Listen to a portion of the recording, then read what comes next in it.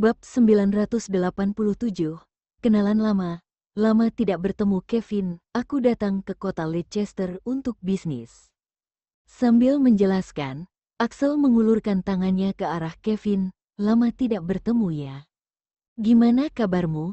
Sekarang sibuk apa? Kevin bahkan sama sekali tidak berniat untuk bersalaman dengannya. Ekspresinya acuh tak acuh dan berkata dengan sinis. Kita bertemu dengan cara yang sangat istimewa ya. Oh, ya, cara yang sangat istimewa untuk ketemu lagi. Axel tidak mempermasalahkan sikap dingin Kevin dan menertawakan dirinya sendiri. Dia menjelaskan, saat lampunya hijau tadi tiba-tiba rem mobilku rusak. Mungkin karena mantan musuh atau saingan bisnis sekarang. Tapi serius deh, aku tidak sangka akan kebetulan ketemu kamu.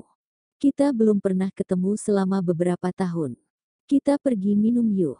Aku tidak punya waktu, Kevin dengan dingin menolak ajakannya dan mengingatkannya. Axel, kota Leicester ini bukan wilayahmu. Aku tidak peduli apa alasan kamu ke sini, tapi aku sarankan kamu jangan bertindak gegabah di sini, atau kamu tidak akan tahu kenapa kamu mati. Setelah mengatakan itu, dia berbalik dan duduk kembali di kursi pengemudi mobil.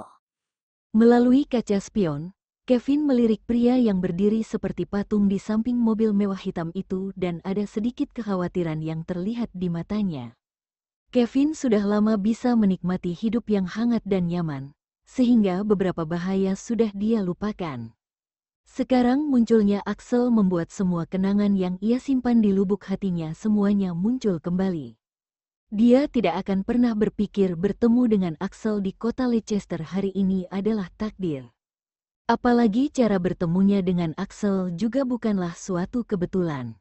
Rumah keluarga Okto, Kina yang sedang berada di taman depan rumah, berencana untuk memotong bunga dengan aroma yang lebih ringan lalu menaruhnya di vas ruang tamu atau di kamarnya. Saat mendengar suara mesin mobil, dia langsung menoleh ke arah sumber suara dan mengenali kalau itu adalah mobil sport Kevin dan bagian depan mobil itu terlihat seperti habis mengalami kecelakaan. Kina sangat panik sehingga dia langsung melempar bunga yang ada di tangannya ke tanah. Tanpa menunggu Kevin menghentikan mobilnya, Kina bergegas maju dan bertanya dengan panik, "Kevin, apa yang terjadi saat kamu ke sini?" Kevin yang masih duduk di dalam mobil mendengar suaranya yang cemas, dan dengan cepat mengatur emosinya sebelum turun dari mobil dengan tenang. "Aku baik-baik saja. Waktu ke sini ada pengemudi mabuk menabrakku ketika aku belok di tikungan. Untungnya sistem keselamatan mobil sport ini sangat bagus." Kevin tersenyum menenangkannya. "Aku rasa butuh waktu lama untuk perbaiki mobil dan naik taksi juga tidak nyaman. Jadi aku tetap menyetir ke sini." Setelah bertemu Axel, dia merasa sedikit gelisah dan mengingat beberapa kejadian di masa lalu, sehingga lupa ganti dengan mobil lainnya sebelum datang ke rumah keluarga Okto. "Kamu benar baik-baik saja?" Kina bertanya dengan cemas. Dia melihat seluruh tubuhnya dan tidak melihat darah sedikit, wajahnya juga baik-baik saja dan tidak ada luka. Kevin berkata, "Iya baik-baik saja kok. Aku udah berusia 30-an dan kalau terjadi sesuatu aku pasti pergi ke rumah sakit dulu. Kalau kamu tidak percaya, aku bisa buka dan kamu bisa periksa, gimana? Jangan goda istriku, meskipun dia adikmu." Ezra mengingatkannya dengan dingin dan dengan tenang berjalan ke arah Kina. Kevin mengangkat bahu dengan acuh tak acuh dan memberitahu Kina, "Jangan kasih tahu ayah ibu supaya mereka tidak panik." "Baiklah," Kina mengangguk dan bertanya lagi dengan cemas, "Kevin, kamu benar baik-baik aja? Mobilmu terlihat sangat menyedihkan." "Nana, aku benar baik-baik saja dan tidak terluka. Kalau kamu masih tidak percaya dan mengira aku bohong, suruh suamimu pergi ke ruang kerja bersamaku dan periksa seluruh tubuhku," kata Kevin sedikit tidak berdaya.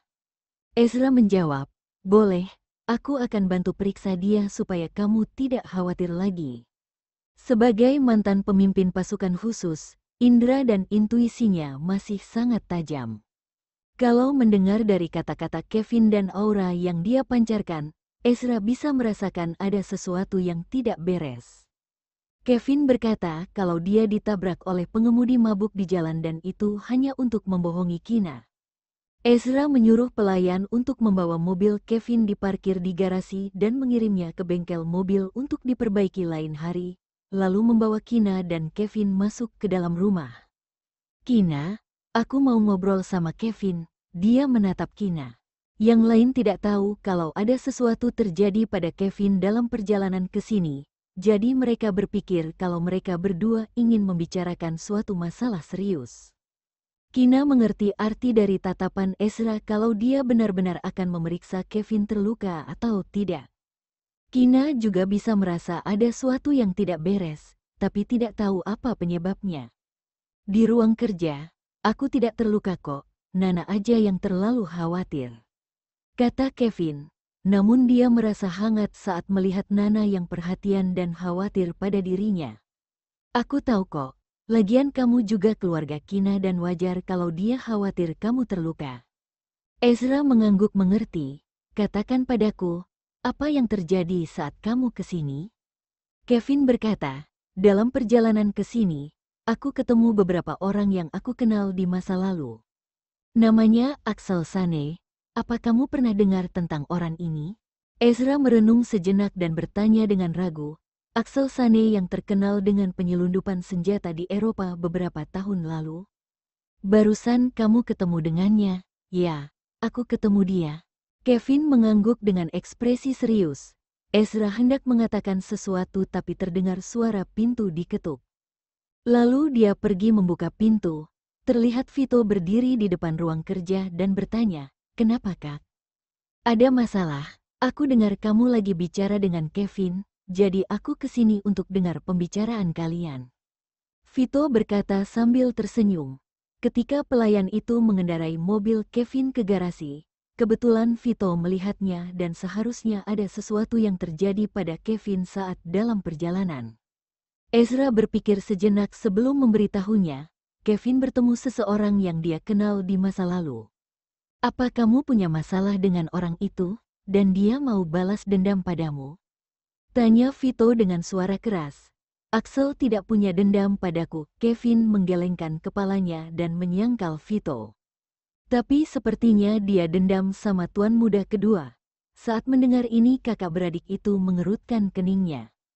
Vito sepertinya teringat sesuatu dan bertanya, tunggu. Kamu bilang Axel Sane, orang yang jadi penyelundup senjata terkenal di Eropa beberapa tahun lalu. Kevin, ya, memang dia tidak membereskan tindakannya itu. Dia juga mendirikan sebuah perusahaan di Inggris. Perusahaan itu berkembang dan punya masa depan yang sangat bagus. Vito bertanya dengan bingung, kamu bilang dia punya dendam pada kakak kedua, tapi kayaknya kakak kedua tidak pernah berurusan dengan orang itu deh. Dendam apa? Bab 988. Tujuannya belum diketahui.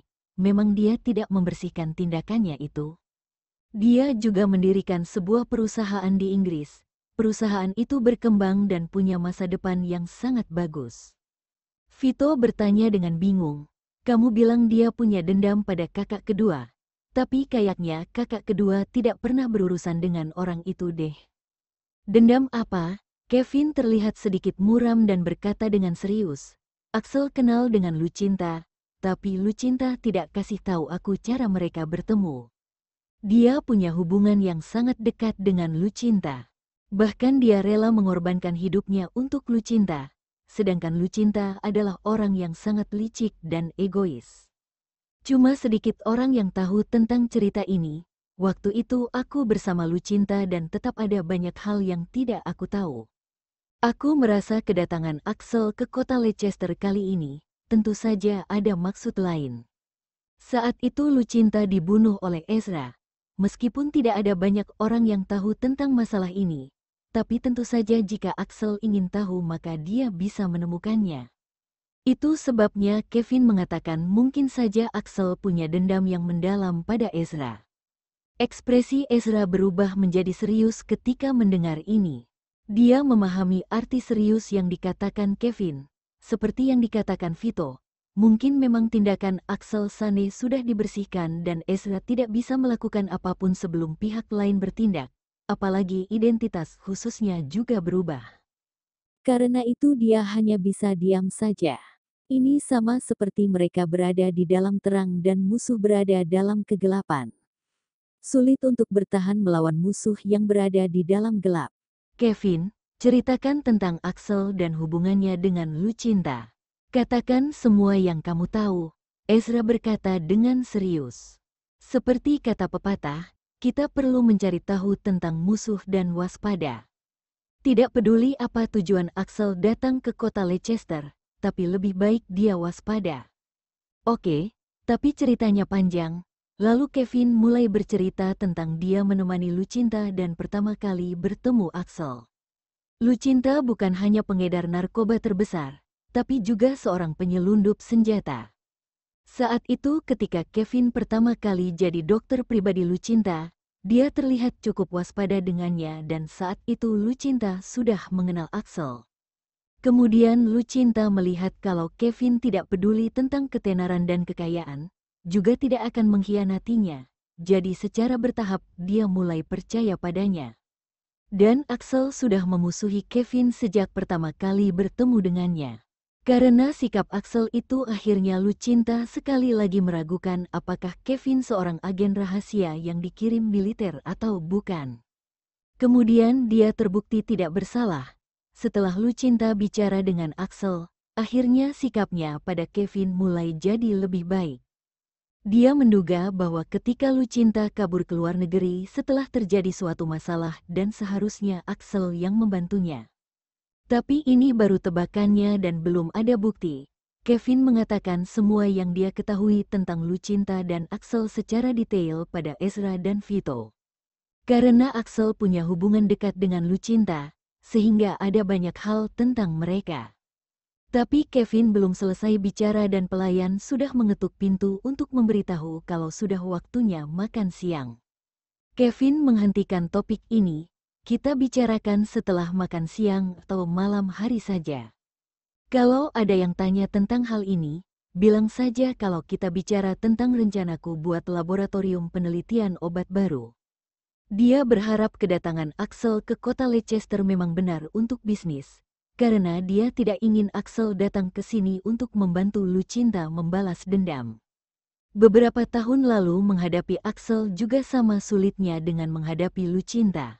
Apalagi karena Kevin tidak berkomunikasi dengan Axel selama beberapa tahun, sehingga dia tidak tahu seberapa kuat lawannya sekarang.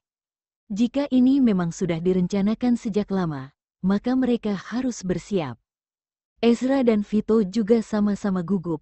Setelah Lucinta meninggal, mereka semua berpikir bahwa hari-hari yang akan datang akan aman dan damai. Tapi mereka tidak menyangka kalau Axel yang punya hubungan dekat dengan Lucinta tiba-tiba datang ke kota Leicester dan alasannya belum diketahui. Mereka bertiga keluar dari ruang kerja dan berusaha menyembunyikan emosi mereka yang sebenarnya. Di ruang tamu lantai bawah, terlihat Kina yang baru selesai memberi putrinya susu formal. Lalu Kevin berkata sambil tersenyum hangat, "Nana, aku mau peluk Clara bentar dong. Adikku baru selesai minum susu dan tidak boleh digendong." "Paman Kevin, kamu boleh peluk aku dan anggap aja lagi peluk adikku," kata Clayton. Kevin mengendong Clayton, berbalik dan menaruhnya di sofa di sampingnya. "Umur kamu sudah hampir 8 tahun tapi masih minta dipeluk. Bibi Karina juga udah umur 24 tahun tapi masih minta dipeluk orang tuh." Clayton mendengus. Kevin menjawab, "Dia itu perempuan. Kenapa kamu bandingkan sama dia? Tidak peduli berapa umurnya, tapi dia itu wanita dan butuh dipeluk." "Kevin, sepertinya hubunganmu dan Karina sudah berkembang cukup baik ya?" Kina tersenyum menggodanya. Dia mengikuti Instagram Kevin dan Karina.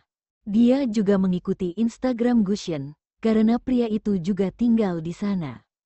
Dari postingan Instagram mereka, terlihat kalau Kevin rukun dengan mereka. Tapi terkadang tidak nyaman karena ada Gushen di rumah Karina. Ya begitulah, Kevin mengaku dengan jujur. "Paman Kevin, kapan kamu ajak aku main di rumah Bibi Karina?"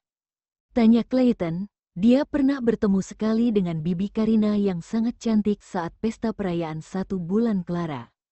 Namun mominya tetap yang paling cantik dan tidak ada yang bisa mengalahkan. Nona Karina dan pamanmu belum nikah, jadi jangan panggil dia gitu ya, panggil saja Kak Karina. Ezra pura-pura mengoreksi kata-kata putranya dengan serius. Tapi sebenarnya dia ingin memancing Kevin supaya lebih berusaha lagi dan menikah di tahun ini. Clayton mendengar kata dedinya dan segera mengubah kata-katanya dengan patuh. Paman, kapan kamu ajak aku main ke rumah Kak Karina? Tergantung mood, jawab Kevin dingin. Clayton, kalau kamu pengen lihat calon bibimu tapi paman tidak mau ajak kamu ke sana, coba minta alamatnya pada Dedi. Terus kamu diam-diam pergi ke sana dan panggil pamanmu, petik terbalik ayah. Terus kamu nangis dan bilang sepertinya pamanmu sibuk sampai melupakan istrinya, kata Kina dengan jahil. Clayton bertepuk tangan dan pura-pura memuji. Wah, ide Momi benar-benar bagus. Aku akan bawa kamu ke sana besok. Tapi ingat panggil aku paman. Kalau kamu berani bicara omong kosong, aku akan mengulitimu dan menjahit kulitmu lagi. Kevin mengancamnya. 2 tahun lalu ada seorang wanita yang mengambil seorang anak dan berpura-pura jadi anak Vito. Oleh karena itu, Kevin tidak mau mengalami itu.